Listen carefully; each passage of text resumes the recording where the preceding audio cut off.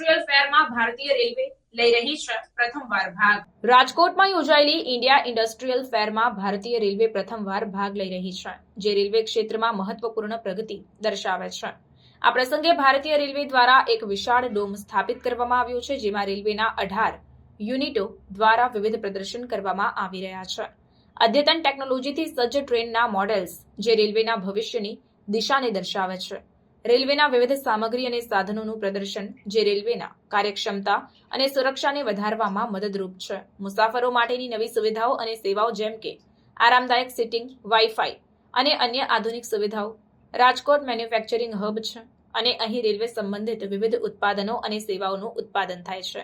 આ પ્રદર્શન દ્વારા રેલવે અને સ્થાનિક ઉદ્યોગો વચ્ચે સીધો સંપર્ક વધારવાનો પ્રયાસ કરવામાં આવી રહ્યો છે, જે બંને પક્ષો માટે લાભદાયી સાબિત થશે.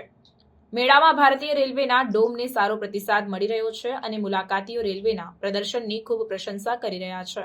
આ પ્રદર્શન દ્વારા રેલવે ક્ષેત્રમાં નવી તકનીકી અને વિકાસના માર્ગો પર ચર્ચા કરવામાં આવી રહી છે, જે રેલવેના ભવિષ્ય માટે महत्वपूर्ण है. ये इंडियन रेलवेज का जो राजकोट में एग्जीबिशन लगा है, इंडिया इंडस्ट्रियल फेयर, जो लघु उद्योग भारती के द्वारा लगाया गया है, इस एग्जीबिशन में इंडियन रेलवेज पहली बार पार्टिसिपेट कर रही है राजकोट में, और पार्टिसिपेट बहुत बड़े पैमाने पे कर रही है. यहाँ पे हमने एक पूरा डोम जो है, पूरा एक हॉल जो है वो इंडियन रेलवेज का है. इंडियन रेलवेज के लगभग 18 यूनिट जो हैं, जो हमारे प्रोडक्शन यूनिट्स हैं, जो हमारे मैन्युफैक्चरिंग में जहाँ पे लोकोमोटिव्स की होती है, जो हमारी वर्कशॉप है, वो यूनिट्स यहाँ पे अपना अपना स्टॉल लगाया है उन्होंने. और यहाँ पे उनके जो टेक्निकल बंदे हैं, जो टेक्निकल लोग हैं, हमारे स्टाफ है, हमारे ऑफिसर्स हैं, वो यहाँ पे अवेलेबल है.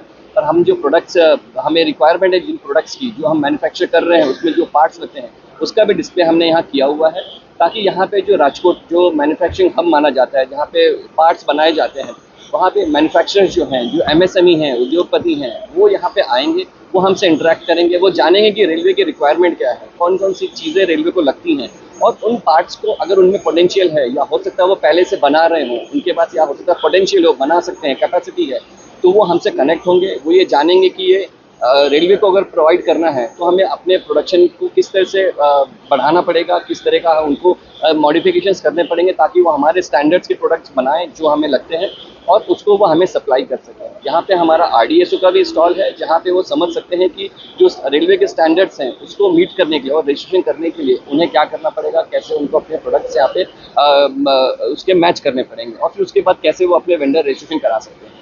बहुत बढ़िया है. यहाँ पे जितने भी बिजनेसमैन है, जो मैन्युफैक्चरर्स हैं, वो यहाँ पे आ रहे हैं और हमसे इंटरेक्ट कर रहे हैं, और उनके अंदर बहुत एक्साइटमेंट है कि पहली बार ऐसा हुआ है कि हर बार उन्हें जाना पड़ता था अपने कस्टमर के पास, क्लाइंट के पास, अपने प्रोडक्ट को लेकर कि ये हम बना रहे हैं, आपको चाहिए है. तो यहाँ पे इंडियन रेलवेज खुद पहली बार यहाँ पर आई है, और वो बता रही है कि हमारी ये रिक्वायरमेंट्स है और आप ये हमें प्रोवाइड कर सकते हैं अगर आपकी मैन्युफैक्चर कर रहे हैं तो.